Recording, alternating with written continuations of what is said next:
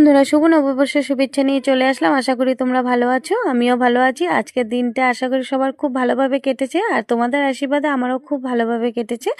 আর আজকে কোথায় গিয়েছি কি সবটাই ব্লগ তোমাদের সাথে অনেক জলদি নিয়ে আসবো। আর সকালে ঘুম থেকে উঠে স্নান দান করে আগে গণেশ বাবার সামনে ঘট বসিয়ে আমাদের নিয়ম পূজা দিতে হয়। আশা করি সবারই মনে হয় সেমই নিয়ম। তো বাড়ির পূজাটা আগে ও পূজা দিয়ে তারপরে একটু সুন্দর করে, যেহেতু আমি আসামে থাকি তো বিহুর ভাইবসটা একটু আমার মধ্যেও তো আছে, তো সুন্দর করে একটু বাড়িটা সাজিয়ে নিলাম, দেখতেও একটু ভালো লাগে, মনটাও ভালো লাগে। আর ৰঙালী বিহুৰ শুভেচ্ছা জনালো সবৰ, যাতে বছৰটো বহুত ভালদৰে কাটে, সবৰ মনোকামনা যাতে পূৰ হয়। আৰু আপোনালোকক আশীৰ্বাদ কৰিব মোৰো যাতে বছৰটো খুব ভালদৰে কাটে, সবে ভালে থাকক, এইটো ভগৱানৰ ওচৰত সদায় প্রে করো। তারপর বন্ধুরা, এখন আমাদের নিয়ম প্রণাম করতে হয়, তো সবাই সবাই বড়দেরকে প্রণাম করতে হয়। তো সবাই সবাইকে প্রণাম করার একটা রিচুয়াল এটা আছে নববর্ষ যেহেতু। তো সবাই সবাইকে প্রণাম করছি। তো নেক্সট ব্লগ আবার তোমাদের সাথে নিয়ে আসছি। এভরিওয়ান, শুভ নববর্ষের শুভেচ্ছা নিয়ে আরেকটি নতুন ব্লগ নিয়ে চলে আসলাম। আশা করি তোমরা ভালো আছো, আমিও ভালো আছি। আর আজকের দিনটা আমার খুব ভালো গেল, খুব ভালো গেল বলতে আজকের দিনটা সব মন্দির দর্শন করলাম। আর মন্দির দর্শন করার মতো ভালো আর কি লাগতে পারে।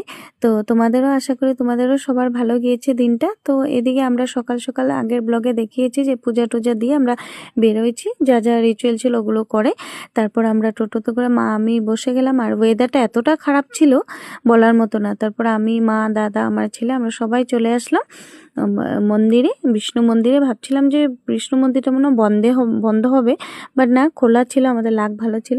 তারপরে বিষ্ণু ঠাকুরকে দেখে মনটা আমার যে এত ভাল লাগছে, এত শান্তিময় চেহারাটা, কি যে ফেসটাতে কি যে একটা শান্তির, মানে কি তাকিয়ে থাকে এমন একটা লাগে।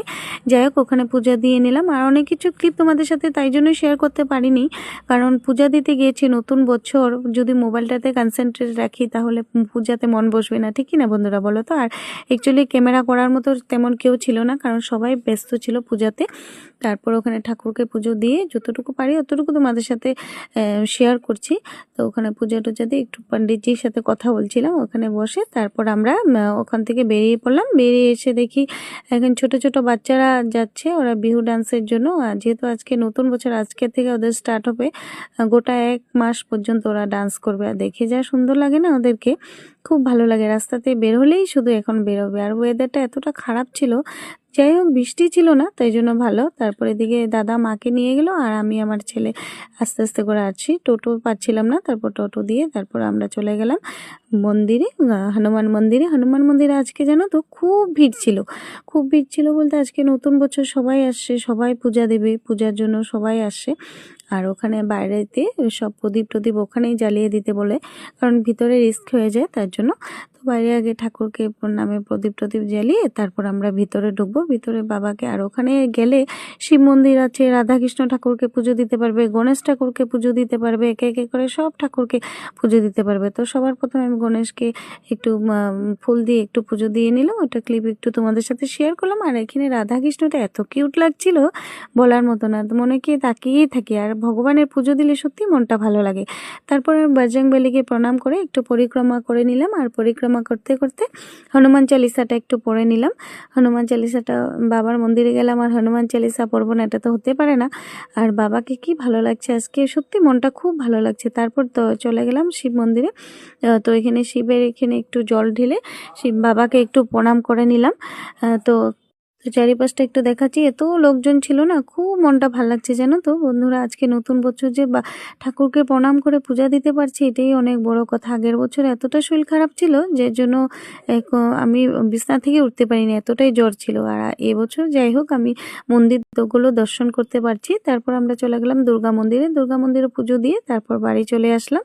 খুব ভালো লাগছে আজকে মনটা।